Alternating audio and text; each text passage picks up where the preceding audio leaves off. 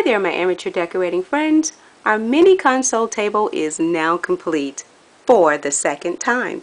You see, you're going to see one table completed twice.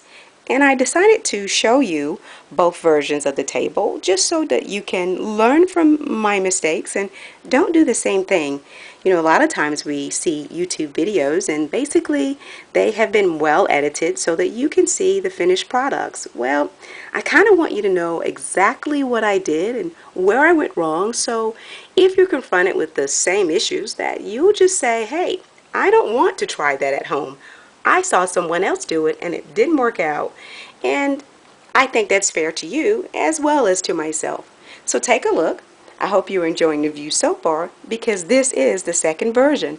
So here's video number 1 and soon to follow number 2 as well. Hi everyone, we're back with another quick project. This is a mini console table, very small, that I plan on using in my foyer. And I found it at Cash Liquidations located in Forsyth, Georgia. Very petite little mini console table that I can pretty much flex in and out of the foyer to the living room or dining room.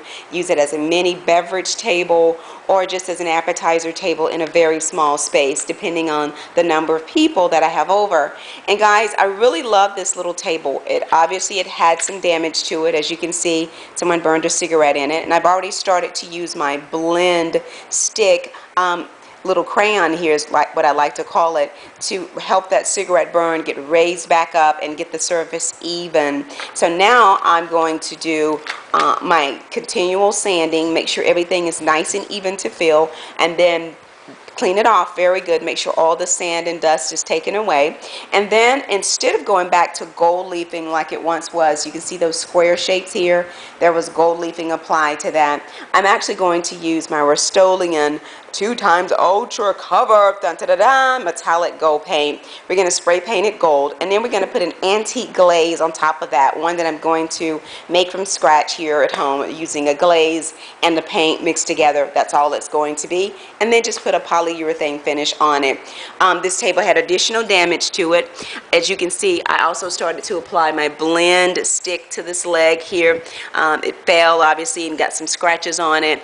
And then this here, the close-up of this area, you can see the nail holes there, but I've already filled in with the blend stick, and also around here. And then I'm just going to sand it, make sure it's nice and even, and then we're going to spray paint it and move on our way, and then move on to other great projects that I have to share with you. Since I'm going to spray paint, I need to turn the table upside down. If you're ever going to spray paint or paint a piece of furniture, you always want to turn it upside down first. Our table is now dry on the legs, and we've turned it over to right side up, and now we start painting the top. I've already done the shake dance.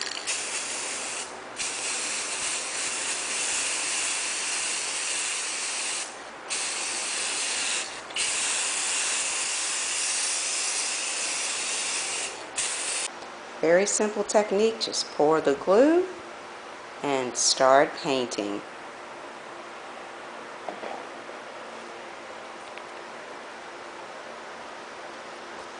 And I'm putting it on really thick because I want a really good crackle from that paint.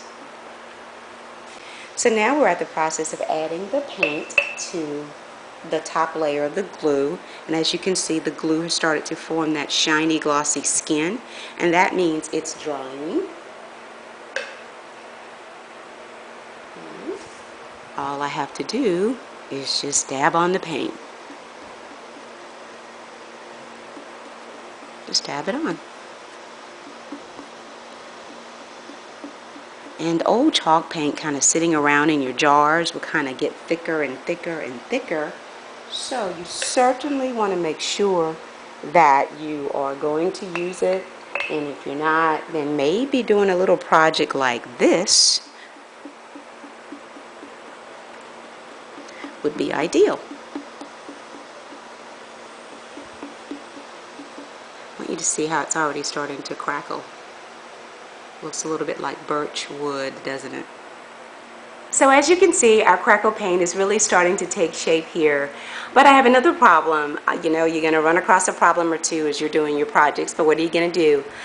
The front part of the table, there's 3 posts here, and the center one did not do very well with the sanding, and I thought it would turn out smoother than that, and I guess I just couldn't get it sanded as low enough as I wanted to. So what I'm going to do is end up crackle painting these posts, at least the top part of them. I've already taped off the medallions here to ensure that those gold medallions are intact, and then along the edges. So we're just going to crackle paint the top part of the post, all 3, so that we'll have a very uniform look and it'll be consistent. So you might want to consider some options whenever you have a problem. Just kind of adapt to it and move on. As you can see, my taping technique around the edges here, all 3 sides are going to be done. And then we're just going to keep moving on this table. It won't be long. This is still a very short project, an easy project to do. And this is the effects after 2 hours of drying. As you can see, it's starting to really crackle, and you can see more definition. Doesn't that look great? The top is going to be beautiful. But I wanted to give you a sense of timeline so you'd know when you were working on these things how long these things would actually take. So this is about 2 hours in after the application of paint. Okay, so I continue to check on my gluing process here, and as you can see, it's starting to get a little shiny, but I'm going to give it about another 20 minutes or so because I can tell it's starting to dry really fast because it's starting to stick to my brush just a little bit. Whenever I see these little waves kind of settling in the corners here, see that thick white line, I try and touch them a little bit before they get a little too hard because I don't want to have excess paint kind of build any edges. I want it to be really, really smooth. So I'm just touching it just a little bit here with my paintbrush, just kind of moving it around before it dries entirely too hard because I want it to be nice and smooth, and that's all that really is. And then the other thing is, as you see your glue starting to drip off, as you can see on my work table, a few drops there, you might want to just kind of touch underneath the table to kind of make sure that those little drops are nice and smooth on the table, that you don't have any dropping points. I know it's the back of the table and no one can really see it, but sometimes you can kind of have a lump that'll build there, and it won't capture everything that's kind of draining from the front to the back. It just gives me an indication of where to look at. So I just wanted to share that with you, and we're going to give this another 30 minutes or so to kind of start setting up shop, and then I'm just going to throw that remainder of my old chalk paint on this table, and by the end of the day this should be dry, and I should be glazing and staining this bad boy, and it can be in the foyer ready to go with some sort of decoration on it. Hey guys, I just wanted you to take a look at how old this chalk paint is that I'm actually working with. Just going to pull up a little bit. I mean, that's pretty old and it's all lumpy and bumpy, but I'm actually using it. That's what was used on the top. So just want to let you know, again, don't throw this stuff out. You know, try and repurpose it. And as you can see from the top here, I'm going to see if I can just pan around for you. This effect here turned out really, really good. And if you're crackle painting, it's all about the thickness of the paint. So for me, I'm very, very happy with this effect. So once again, if you have something in a little container and you're just wondering, should I just throw this away? Think twice, repurpose it, and find another use for it if you can. If not, then discard it. But I understand sometimes you just have to throw it away. One quick reminder on your painting technique, just remember, don't use regular paint strokes.